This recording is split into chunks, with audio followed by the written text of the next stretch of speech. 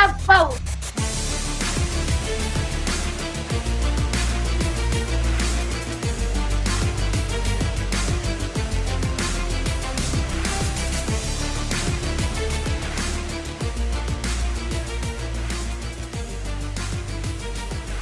Court is in session with Ryan in Sacktown on If You Don't Like That.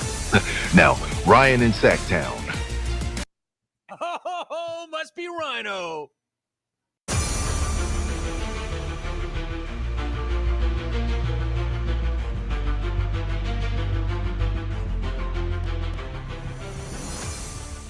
I want winners. I want winners too. What's up? A beautiful day in Sacramento. A great day for some basketball. A great night. The Milwaukee Bucks heading into the G1C. Got some breaking news on some guys that are in and one we did not expect to be out. So we'll get to that as well. This has been a bizarre March Madness. I just got to say. When you have student managers getting NIL deals to the tune of $100K, Aura becomes like the biggest story of March Madness. Holy crap. Love it, though. It's that time of year. So enough with the college. We will talk Kings. Appreciate the love, by the way, from a Lakers fan. Thank you, Kamikaze. We don't always see eye to eye per se, but I'm glad you enjoy the show and makes it fun that we have a big different community around here. And we've got you covered all night tonight. Jerry, halftime, Grant and myself, post game. So can the Kings get back on the winning track coming off of a confusing? Put it in the chat. What's the one word that you would describe last game, the loss to the Bulls? Like, what's confusing is probably my word, but you tell me yours. We'll do our roll check. We'll see who's up in here, and we'll get down to business. We'll get y'all ready for tip-off between the Kings and the Bucks tonight. Welcome in to the pregame show here on If You Don't Like That.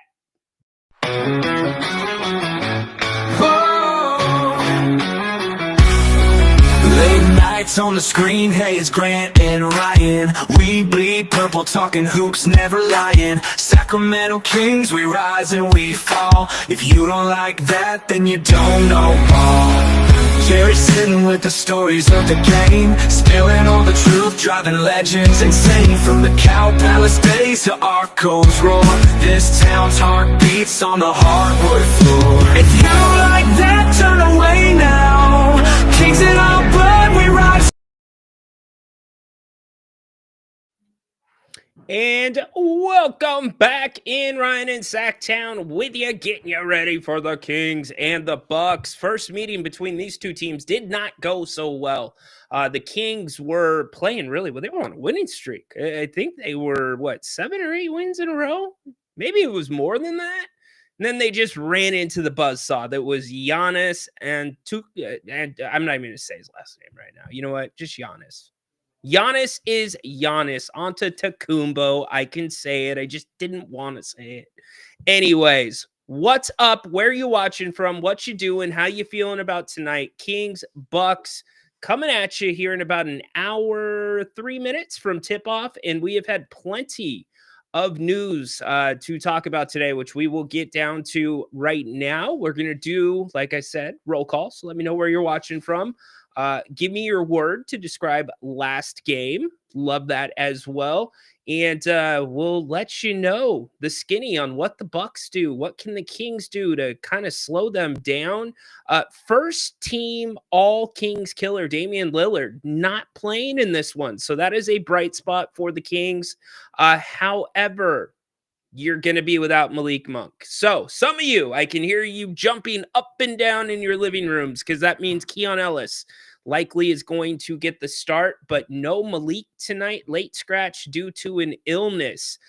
Also, as we talked about on this channel for about the last week, anticipating this would likely happen, Isaac Jones got converted to a full-time roster spot. The Kings had to do that. With Sabonis's injury, you're not going to go out of house at this point. Isaac's athleticism, he knows the system. By the way, he had a big 42-point game just last night in Idaho, or a couple of nights ago, for the Stockton Kings. So Isaac, a full-time member of the Kings, available tonight. So good stuff there. Always good stuff there. When I think about the Kings and the Bucks, you know what I think back to? I think back to 22-23. In that moment when Giannis and Trey kind of got into it, and then Brook Lopez steps in, that's actually where Trey kind of tweaked his shoulder. But that's the mindset. That's the mentality this Kings team is going to have to bring tonight to beat the Bucks. And I hope that they've got a little bit of heartburn by the way they were beat in Milwaukee. We're going to go over it, but it wasn't even close. Milwaukee came out in the first quarter and Giannis just did whatever he wanted. There was no pressure whatsoever on Giannis. So we'll get into it here in a few minutes. You can see the game earlier this year that we were talking about, and we'll go through that more in depth here in about 2-3 minutes after roll call. Here is the last couple of years, Kings and Bucks. If you want to see how it shakes out, the Bucks have won most of them, but the Kings surprisingly have played them fairly competitive. So you got to take that for what it's worth. And what type of Kings team is going to show up tonight? That's the big question. It is the massive question going around this fan base as all roads lead to the play-in. I talked about it yesterday on the Kings Court. How can this team begin to peak at the right time? That's what it's going to be all about. So let's get our roll call in. If you want to call the show, you know the drill. You can hit the link that is in the chat. You can scan the QR code on the screen as well. I will go most recent to oldest. Gammon, what's up, dude? Everybody's worst nightmare. I think I see you in the chat, 49ers channel. Okay, you're talking about somebody else. You guys are doing your own thing. Whatever. Gammon, still doing some Niners stuff. Congrats to Isaac. Yeah, he's earned that. Good for Isaac Jones. It's a good move. I think that he gives you, and he's raw. He's definitely raw, but he gives you a different look, a completely different look from Sabonis and Valanciunas. And at times when the Kings are out and running, getting into transition, he can be a huge asset. Now, don't expect him to get a ton of time either. He might tonight, though. He might get some time tonight. And how are you going to guard Giannis if you are Doug Christie? We're waiting to get some audio from Doug Christie. He's doing his pregame press conference as we speak. Might just be wrapping up. So as soon as we have that audio, we'll get to it. I was really disappointed with Doug Christie after last game. If you watched the Kings Court, you know why. A lot of things about last game did not make sense whatsoever. David, what's up, my man? Manic Depressive. Todd, our maitre d'. Todd, dude, sometime I want to get some of your best maitre d' stories. Doesn't have to be a pregame show because we don't want to come off the rails on this.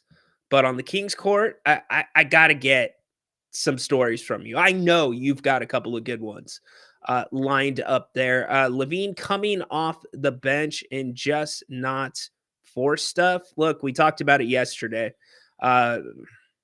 Is it the right move? Yes. Is it the move that's going to get made? No. Chokers, Edward says. Edward wants to see a very aggressive Zach tonight. He has been very passive the last 4 or 5 games.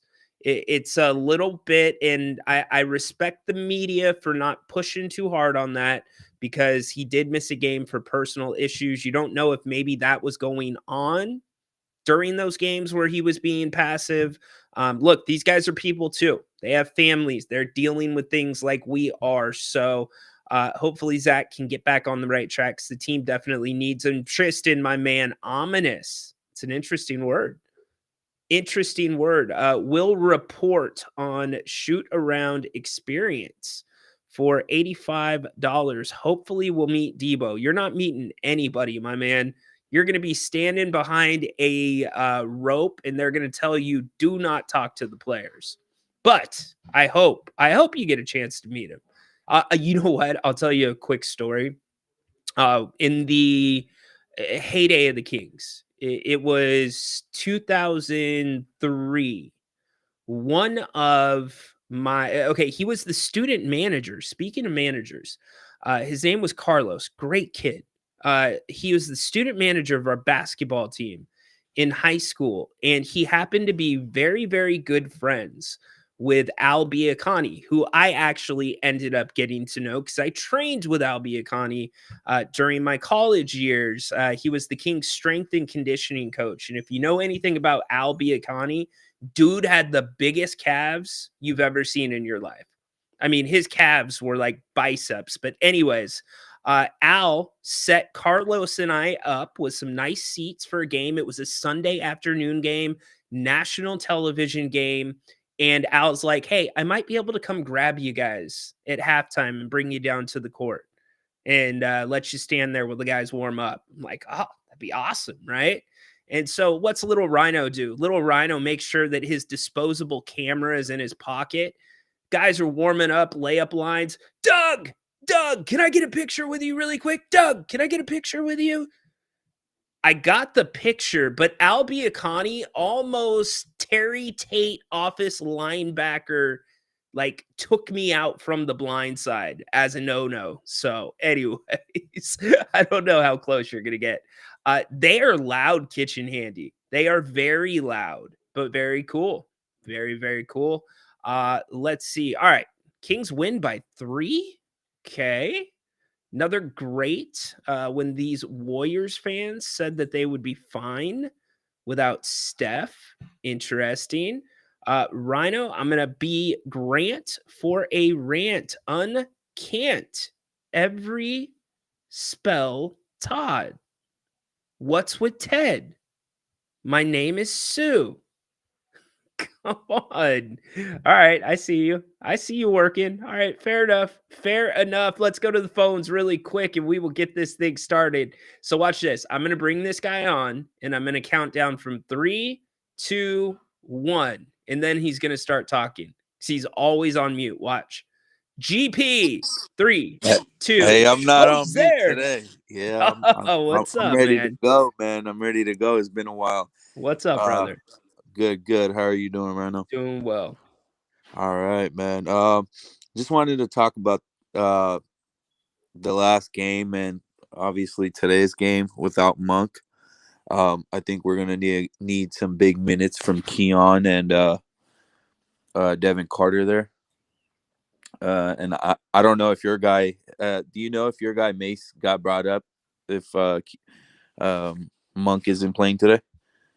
My guess is no, because they were in Idaho last night. Oh, Weren't they in okay. Idaho last night? I think My so. guess is no. I doubt Okay. Mace. Well, he might be So, there, but even if he's there, I don't think Mace is going to get any any minutes. minutes? Yeah. Okay. Yeah, man. I just wanted to call and just talk about our poor defense as far as it goes on. Just like the whole season, I know it's been up and down. Like a lot of different lineups. But one thing's just been staying consistent is at any given night somebody comes into our arena and has a career shooting night. I don't Yep. know whether it's the core, it's the shooters arena, however you want to call it. But like I said a few games ago, that the Kings cannot guard the jump shot. I don't know what it is. Doug Christie was a great defensive perimeter player, and he knew how to guard. He guarded some of the best, T Mac, Kobe. And he tried to cut their vision off, or stick a hand in the guy's face. And obviously it's gonna bring their percentages down. And I think last game we didn't do a ton of that at all, especially in the second half. If somebody like Kobe White, he's gonna cook us for 31 points just in that second half. That's Dude, ridiculous. Kobe White okay. Jerry Reynolds is having heartburn about something if he is still texting me at like 11 something at night, and he was. And it was Yeah, the fact that he came on at halftime and he's like, Keegan's doing a great job on Kobe. Kobe's only got 4 points. And yeah, inexplicably, in the second half, all of a sudden, Doug goes to Devin Carter on Kobe. And I put up the whiteboard yesterday and after the game, like he just gave him so much space. And the rest yeah. is history. Guy goes off. He's too good. Yeah, no, I think Keegan should have stayed on that assignment because especially if the guy's got 4 or 5 points, and then y- we let our rookie get cooked the second half. I think that's Kobe probably took it as disrespect, like, oh, you're gonna put the rookie on me. So that's that. But I think the biggest takeaway from that game is Herder outplaying Zach Levine. That's another ridiculous thing. I didn't get to watch much of the game, but I seen the box scores at the end, and it did not look good. I don't know how they let Herder score like that. I just don't understand, especially if this guy never had any of those numbers while he was here. Never had that many assists. I don't even remember him scoring over 15, you know? But you got to remember the way that Sack played. I mean, they commonly froze out guys out of the offense, Keegan, Kevin. And the first year with the Beam team was different because most of the NBA had no idea how to guard the DHO. And that's where either Kevin was getting a really great look off of that was Sabonis, or they were over guarding the DHO, which left Keegan open in the corner for a wide open three. And then come the playoffs, actually what happened was the Toronto game in December of 2022. That is the first time a team decided, hey, we're just going to lay off Sabonis. Let them do whatever action they Yeah. want out there. We know Sabonis isn't a threat. And then we get to the playoffs. Golden State does the exact same thing, and the Kings failed to adjust to it. And ultimately, what happened is that changed the looks that Kevin was getting. It changed the looks that Keegan was getting. And Kevin wasn't shy Yeah, that about guy's saying he wanted more structure, brother. yeah, but that guy's like a minimal effort player. Like I never seen him dive for the ball. I never seen him move his feet. That Oh, guy was that's bullshit. Yeah, no, I disagree with you. no. I I, mean, I, I disagree right with you. now, you don't agree that he was horrible while he was here. You can't tell me he was horrible while he was I, here. okay, Kevin first off, he Herter. was not horrible. Okay, you're taking one part of his game into account, which is his 3-point No, shooting. And I know no, that's no, no, not the 3-point shooting. I look at a player from an effort standpoint. What kind of hustle he brings. While we love Keon so much, and players like Domas is because of their hustle and their heart. I want players to play with some heart. Regardless of the fact whether they lose or win, we just want the team playing hard. And I don't think Herter was doing that. I know there was a lot of stuff going Hey, GP, I'm going to cut you on loose, brother, because you're at going in and out on the reception, but I got what you're saying. the time, Okay. but Here's the deal. Here we're adding at the end up. of All the day, you right. got to go out there and play hard. Every You get paid player enough is not money to going to be a Keon Ellis. put Every some effort player is not into going to be wired hustling for like losing a half of the Devin time he was Carter, out there, where and that maybe could you be could make an the argument Devin Carter's on the floor too much, right? But just because you don't see a player diving on the floor doesn't out the mean that they're not DHL. putting forth effort in other areas in their own ways.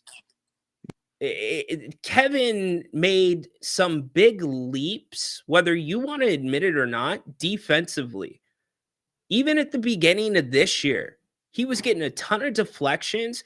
And even if his offense wasn't going, his defense was not bad. Now, I'll give it to you this way, too. His defense was terrible sometimes. He had some bad nights, too. But Kevin never, you can't tell me this. Kevin Herter never gave up when it came to trying to find a way to contribute. If the 3 ball wasn't going, dude was trying to get into the lane. Guy was trying to penetrate and kick. Look, if we're going to compare every player, and if you say they're not a Keon Ellis when it comes to effort, then they don't try at all, then we've got a problem, because that's like something special. That's Keon's secret sauce. Look, I ain't trying to come out here and have Kevin Herter's back, but I'm telling you, you can't also throw this guy under the bus and say no effort, didn't care. It's crazy to me. Crazy. GP. No. You have lost your time to talk. But I respect your opinion, GP. I get it. Look, dude was the scapegoat. He was one of them here. So, anyways, enough about Kevin Herter. Let's get back to tonight. Kings, Bucks. If you would like to call the show, GP, agree, but teams did attack him on the defensive end. Of course they attacked him on the defensive end. Look, if you're going to call Kevin Herter out for his defense, then we're going to also call out every other King that's not a great defender. It's not like Kevin stuck out like a sore thumb defensively. The Kings just weren't a defensive team. That's why the guys that showed so much effort, that's why it was different. You're Kessler Edwards, so, all right, moot point. Let's move on. Last game in Milwaukee, Kings and Bucks did not start well. In fact, it started horrendously. The Kings in that game gave up 47 points in the first quarter. 47 points. The second, third, and fourth quarters were not too bad. In fact, the Kings tied Milwaukee in the second quarter, 28-28. They beat them in the third quarter, 28-27. And in the fourth quarter, they outscored them too, 33-28. So it was a first quarter thing. It was a bad start. The one thing the Kings did not have was an answer for Giannis. As we said, guy had 33 points in the game. Dame Lillard also all over the floor, 8 for 15. He poured in 24, gave you 7 assists as well. And the Kings kept fighting till the end, but they just could not overcome that first quarter. Just couldn't do it. So going back to last game with Chicago, I do want to hit this really quick. Let's listen to what Doug Christie had to say about the Kings' effort. He called it unacceptable. First quarter with 2 minutes, I think it was 20-7. And, you can fold up the tent or you can continue to fight. And that's what Sacramento Kings basketball is all about. It's you bring, and that is 100% the wrong one that I was looking for. Give me 2 seconds and we will get that fired up for you. Let's see. Yeah, that's what we Devin, are. congrats on the performance. Nope, tonight. that is not what we're looking you. for either. What happened? Was the little man playing in here? The little man must have been playing in here. Anyways, I will work on getting this sound for you really quick. Kings after Bulls. There we go. Now can we get to some audio from Coach Christie? Here we go. Thank you. again, do what they want. But you can't let people come into your house and just do what you want. Do what they want. The energy necessary to do what we need to do was not there tonight. Super, super disappointed. And this one stings. And I told him I hope that it hurts. It should hurt if you care about it. It should hurt really bad. And I didn't even play. So, yeah. Doug, Malik and DeMar talked about how they thought in the second half the offense kind of became a little stagnant. From your perspective, what do you think causes that in some of these games, and what might you guys be able to do to remedy that? I think more than anything, it's I think I can do it type of of an attitude, and that, that's great because everyone should believe in themselves. But they were shown multiple videos, and they know to, especially when you got teams that are switching or teams that are helping, you just one dribble, get off of it, create an advantage, and once the advantage is created, just continue to play for each other until you get a really good shot. And it's not from a bad place. Like that's not it. We don't got guys in there that are thinking like that. It's just the nature of the game. Sometimes they get you. The pressure, if you want to use that word, of the game as it's going on can get you sometimes. And unfortunately, the performance tonight was not to the level that I expect or they expect out of themselves, I'm sure. Doug, there in the second quarter, you guys took some really bad shots and it looked like the ball stopped moving. Just what happens in those moments and how can you rein that in? Again, I it's kind of the same question that he asked. So really, to be honest, it's like in your mind, you think that, I can do it right now, instead of trusting your teammates and trusting yourself to get off the basketball, use your superpower to create an advantage for somebody else. And that's a selfless act that you just, and it's not, like I said, coming from a selfish place. It's just the nature of the game. I've been there, played on a team that moved the ball a whole lot, but did we have every quarter that was like that? People remember it like that, but it was not always like that. It happened sometimes. And unfortunately for us, it happened versus a team that we should beat, especially at home, especially in the moment that we're in right now, as we search down the road, towards the end of the season. But again, you got guys out, guys coming back, and now you got to assimilate them back in, and that gets difficult. Full of excuses. Way, way too many excuses from Doug Christie. The unacceptable thing getting a little bit too common, but it was easily one of his worst coach games of the season. The minutes made no sense. Keon Ellis only played 18. Valanciunas only played 15. In fact, when we got to the third quarter, it seemed like the game was more about getting DeMar DeRozan to 25,000 points than it was winning the game.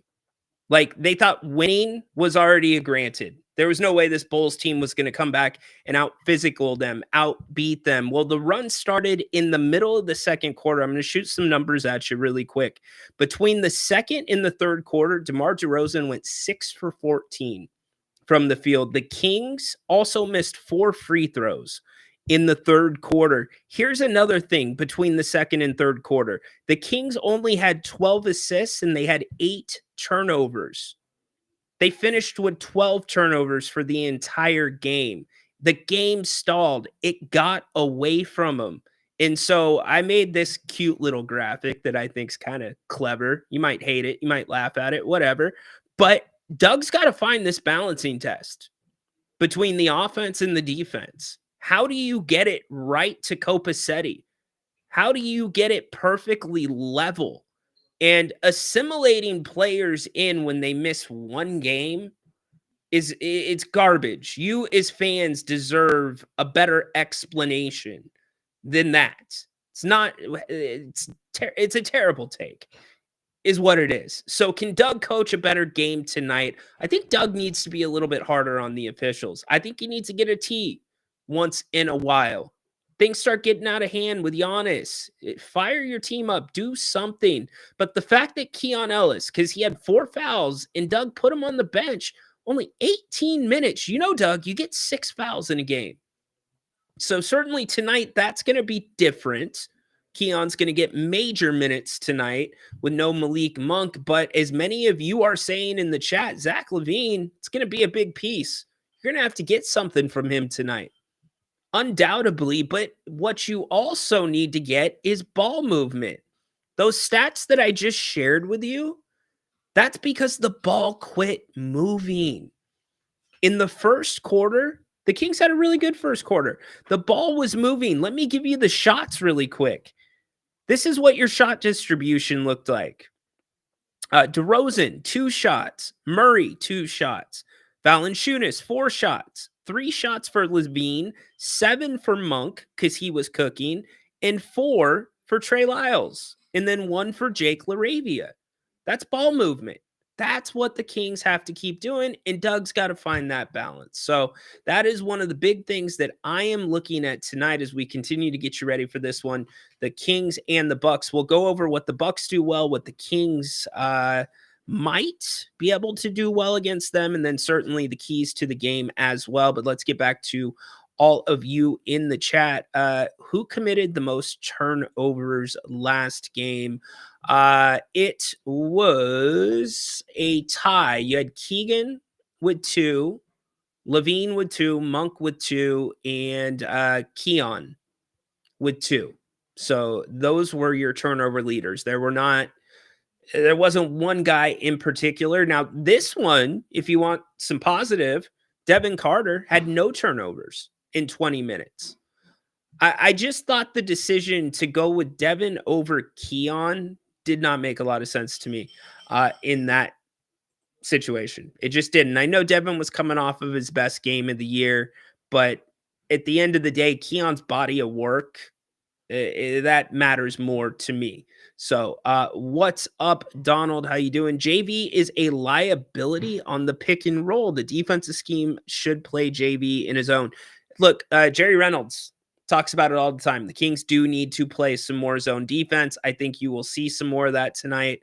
I don't know that JV is a liability in the pick and roll game. That is where I put more of it. So one thing, JV isn't Sabonis when it comes to the pick and roll game. He's not as quick as Sabonis. He's not going to be treated the same by the defenders. He sets very good picks. Oftentimes, your Kings guards are not using those picks. You got to go shoulder to shoulder. The problem that you're seeing with JV is the Kings are starting him out, whether it's the defense pushing the Kings out or whether it's by design. You've got JV setting the pick and roll 27 feet away from the hoop. That's not what you want. You don't want that with Sabonis. And so that's where I put the onus on Coach Triano, Coach Christie. You got to get those guys into better spots where they can be successful. Let's see. The Kings have a deeper bench now. So constantly, I agree, Edward. You have the guys to do a little bit more rotating and put more pressure on. I totally agree. And I think that's a good idea tonight, considering that Milwaukee is going to be without Dame Lillard. What up, Furious? How you doing, buddy? I would press them more 2-3 zone. Yeah, look, you can only zone so much in the NBA, though. That's the thing. You can't zone all the time, but the Kings have ran the zone effectively at times this year. Unfortunately, no. Sabonis is not back tonight. I would not expect, if I'm the Kings, and we talked about this yesterday, if I'm the Kings, everything I'm doing, I'm doing president hands here.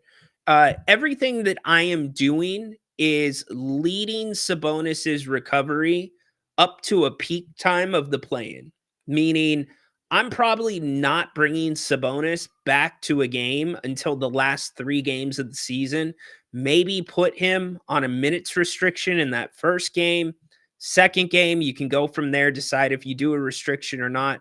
Third game, let him loose. And then by the time you get to that first play-in game, he should be good to go and conditioned and ready, because it's not just the ankle. You know that hamstring's still going to be lingering as well. It still was lingering. All it took was a Ryan Dunn toss for Sabonis to grab at that thing again. But it's going to be important to get him back as well. And the Kings, question we've asked, can they win 2 games in a row? Can they win 2 games in a row? It's a very interesting one there. But if they can, who knows? We'll see what they do. Edward hopping back in. However, now the Kings have some decent defenders now in Keegan, Keon, Jake, and Devin. Somehow Doug needs to balance out the players on the floor. You hit the nail on the head. The Kings have something special. This is something that is the somebody make a t-shirt for me that says secret sauce. I just say it too much. Maybe that needs to go up on the merch page. Um, but the Kings have 4 players that can switch 1 through 4, arguably 1 through 5. The best defensive teams in the NBA have the ability to switch 1 through 5. That's why the Clippers defense has been so much better this year under Jeff Van Gundy.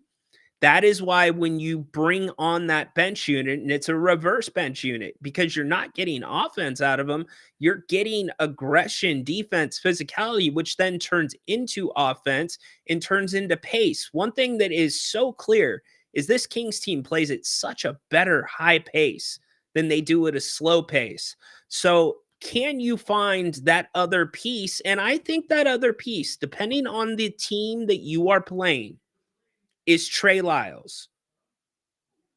Not saying that you can have all 5 of them on the court at the same time, but I think you can put Trey Lyles into that same category where you can switch with him and he can also guard multiple positions.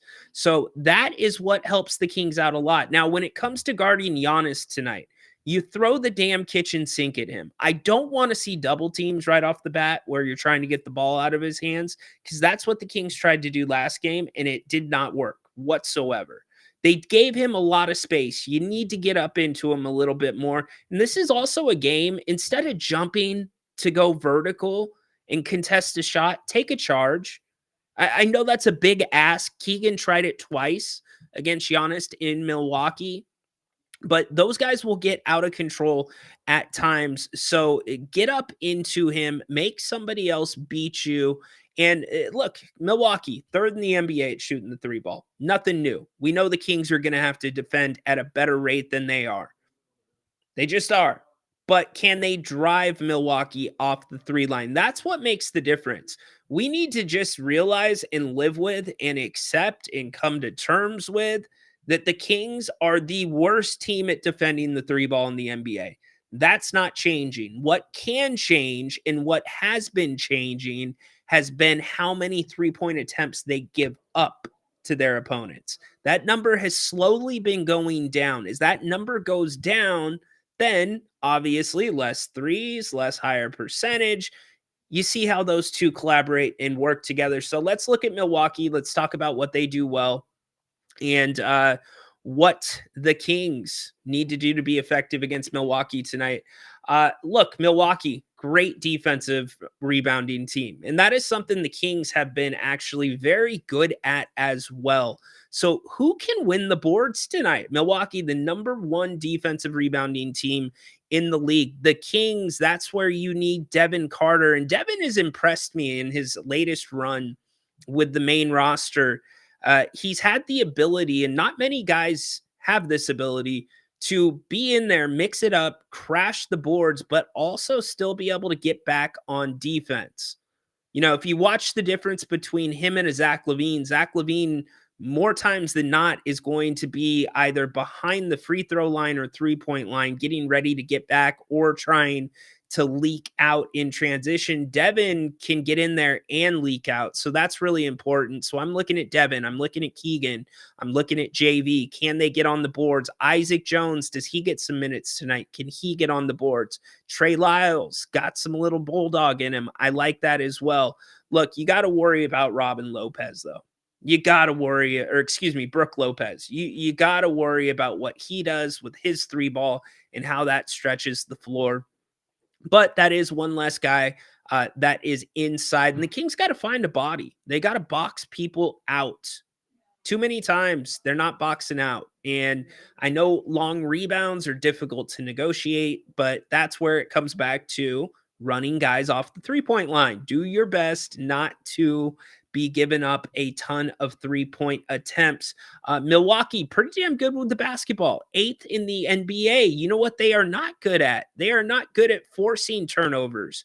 They are 4th worst in the NBA at forcing turnovers. So if I'm the Kings, you cannot have giveaways tonight. Value the basketball, as Jerry Reynolds says. Love the leather. My key that will be a key for every Kings game, 28 assists. The Kings cannot win a basketball game unless they have 28 or more assists. So I'm looking at that as well. Offensive rebounding. Check this out. Can the Kings do a little bit of a better job with the offensive boards tonight? Can they get more opportunities? I just think the boards are so important. And then the pace tonight. You want to get this team running at a high pace. Milwaukee wants to play a little bit slower, in my opinion. Milwaukee 11th in the NBA in pace. I know the Kings are worse than that in pace, but the best version of the Kings that we have seen over the past couple weeks has been up tempo. So get up tempo and also put guys in position to be successful. Devin Carter bringing the basketball up baseline to baseline isn't ideal. He's doing better at it. But if you're going to have Devin Carter bringing the ball up, get him coming off of a curl, get him on the run, get him going downhill because he surprisingly has shown an ability to be quick and make good decisions with that. So again, you're going to have a night tonight that's going to be point guard by committee. But nonetheless, look, the Kings got a chance. They're favored in this one. Maybe it changed now that Malik Monk is out. If you're just joining us, Giannis is available for the Bucks. Malik Monk out due to an illness. Damian Lillard out tonight for the Bucks as well. Bobby Portis out. Jericho Sims out. So Milwaukee's last 5 games, most recently they beat the Lakers. They lost 2 in a row before that, Golden State, OKC, and then they won 2 in a row before that, Indiana and the Lakers. So you're catching Milwaukee on a little bit of a break. They've been resting. So we'll see if they can. They've got 1 day off. See what we see tonight from the Kings. What I do know is you cannot allow another 47-point first quarter from the Milwaukee Bucks. You can't do it. A lot of talk about Zach LaVine. A ton of talk about Zach LaVine. I talked about it yesterday on the Kings court. You're stuck with Zach. You're stuck with Zach. Now, can he play up to his contract? We'll see. I just, in a perfect world, and I think what disappoints me, and Grant's talked about this being Doug's chance, right? This is Doug's opportunity. This is the time that you would expect Doug to be trying whatever he can to be successful, thinking out of the box. And he's done that in some ways with the bench, but with the starting lineup, we've not seen that. And the formula for this Kings team is exactly what you saw at the start of the Bulls game. The Kings starters need to come out and make shots. Even if they're giving up shots to the other team and both teams are converting, the Kings need to keep pace with the shot making until you can get that bench unit starting to get mixed into the rotation and pick up the defense, pick up the pace, and kind of change the game, because that's usually when the game changes in the second quarter. But what's hard for me to negotiate is seeing these slow starts. You all see them. We know that LaVine and DeRozan together on the floor is a problem. It's something you need to split up.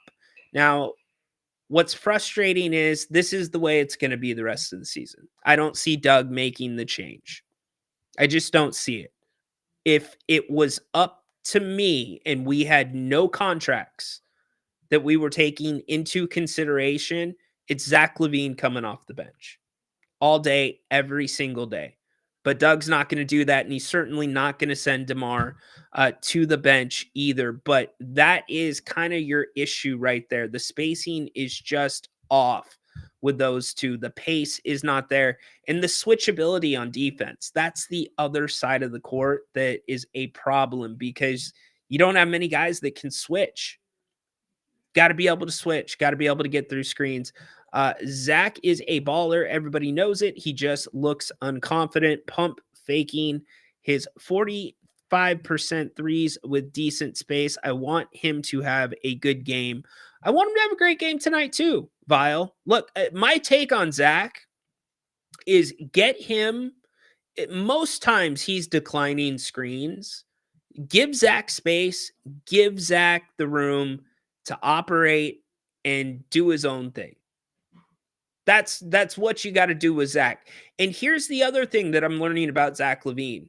We're gonna have to realize he's gonna pass up some better looks for some worse looks, because sometimes those worse looks appear to be the shots he's more comfortable with. There's many times he gets the advantage and has a wide open 17, 18 footer, but then you get the big jump back to beyond the 3-point line and he shoots the three.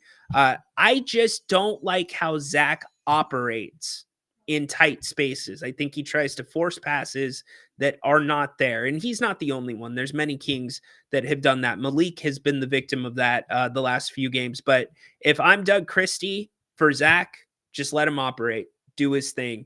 You got to let him do kind of the DeRozan thing. In fact, I think there is more you can do with DeRozan in a team concept than there is that with Zach LaVine.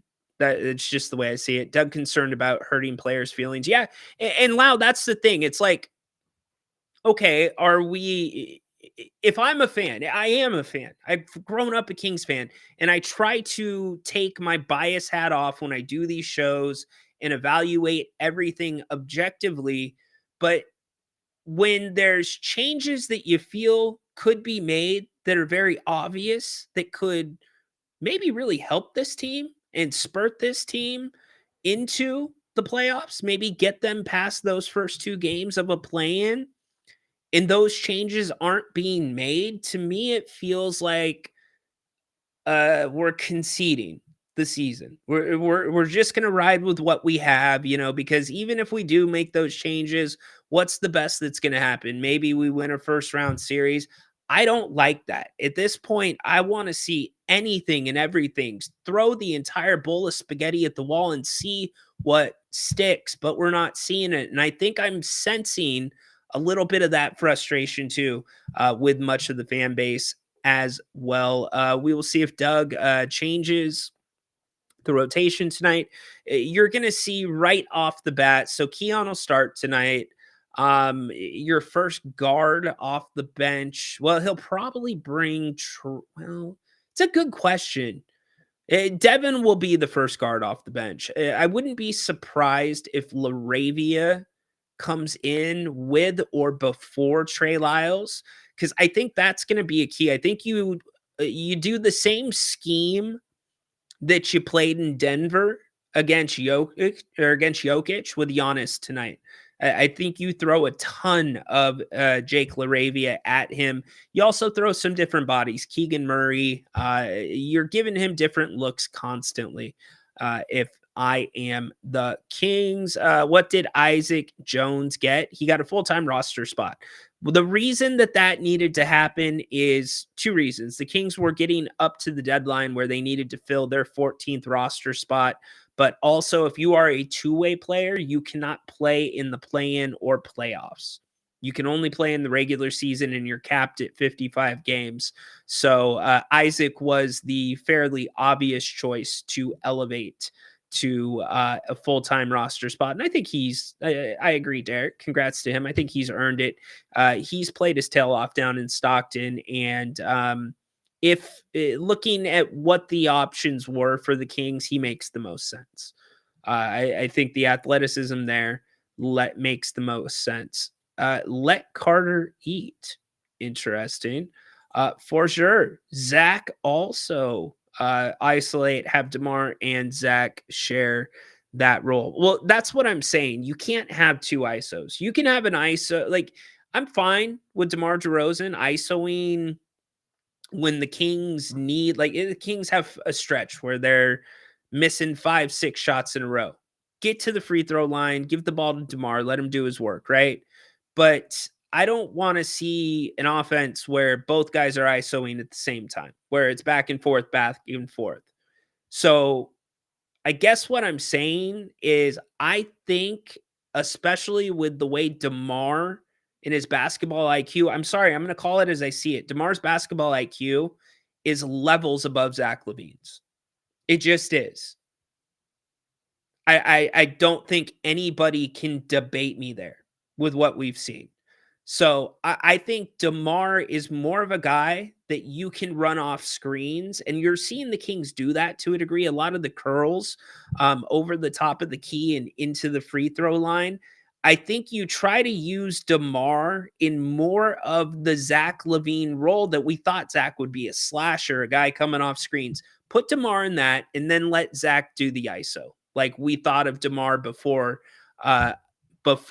Zach came to Sacramento. So, do you think I'm crazy for being optimistic about the Kings making the playoffs? No.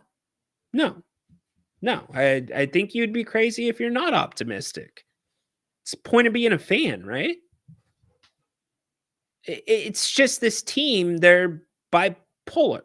They're Jekyll and Hyde.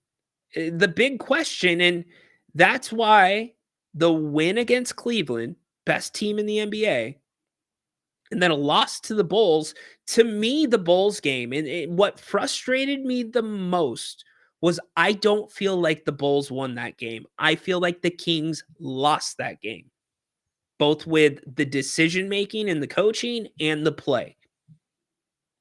So that's what's hard for me. But you look at that. The play-in is just that, 2 games. It's a 2-game sample size.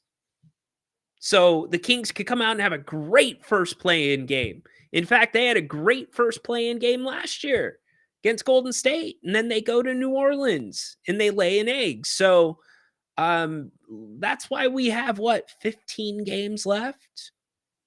Can the Kings show us something more? And more importantly, most importantly, can the Kings stay healthy? That's huge. Can the Kings stay healthy? I can tell you one thing. If you want to stay healthy, I would get to Bennett'sRestaurants.com, get to the reservation page, and start looking for Mother's Day. Get your reservations now. 3 locations here in the greater Sacramento area. Roseville, Rockland, Howe, Fair Oaks, prime cut seafood and steak, and great specials all throughout the week, like the weekend prime rib and the nights, Friday, Saturday, Sunday night. Also, weekend brunch, all 3 locations, 11 to 2 p.m. They've got their bubbles and brunch special, which is an awesome one, very affordable as well. And then during the week, don't forget about happy hour, 2 to 6 p.m. You will not be disappointed with Bennett's, and bring your appetite. They have got a heck of a selection and a big portion size on most of, their dishes. Look at that New York prime right there in the corner. So good. But like I said, go to Bennett'sRestaurants.com. You can make your reservations. You can put in to-go orders. You can do so much more. Look at all the specials. Look at the menus. Also, make sure that you're monitoring it regularly if you're a Bennett's fan, because they will pop up with these special seasonal menus. Like last April, it was a special Mexican menu, like a Cali Mexican menu, and it was delicious. So make sure you are checking in all the time there. We love Brian. We love Margot, the entire team there, and can't thank them enough for sponsoring, in part, if you don't like that, and our Kings game day coverage. That is Bennett'sRestaurants.com. All right, it's that time. Predictions, scores, which way you going?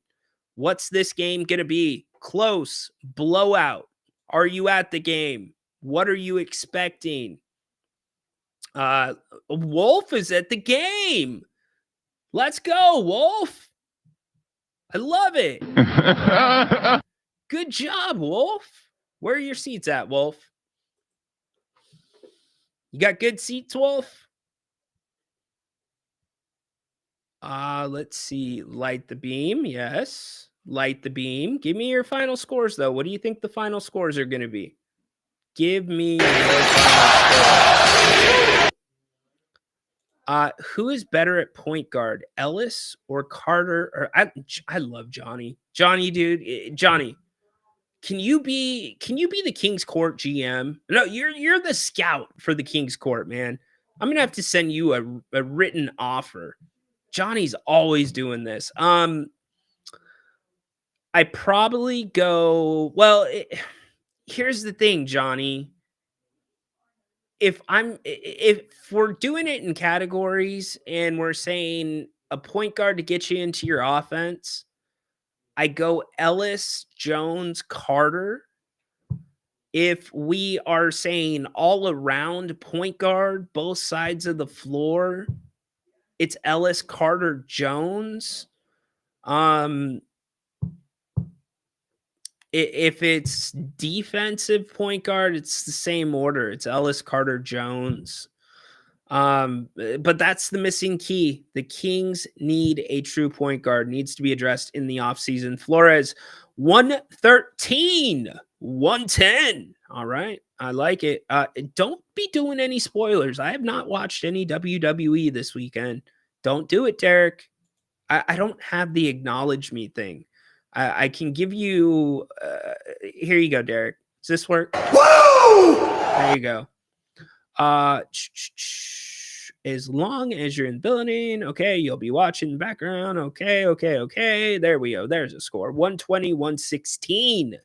Dennis says, Kings win. All right. Milwaukee, here's something to take into account. 15 and 18. 15 and 18 on the road. Could the Kings catch them? Now the Kings only 18 and 16 on the road. As for Milwaukee, what they've done in their last 10, they're 5-5. You're catching them at a decent time. You are catching them at a decent time. Take that for granted. Got to get this one if you're the Kings, though. What's up, Cristobal? Appreciate you. Let's see. Adam, my man, always trying to get me thrown off the air. 126 or 127. 126. Woo! Love it. Zach LaVine, game winner. Okay. I like it. Cristobal, 110, 116. He's going Bucks. Cristobal. Man, Cristobal, if you're going Bucks, I can't give you the Ric Flair, my man. I gotta.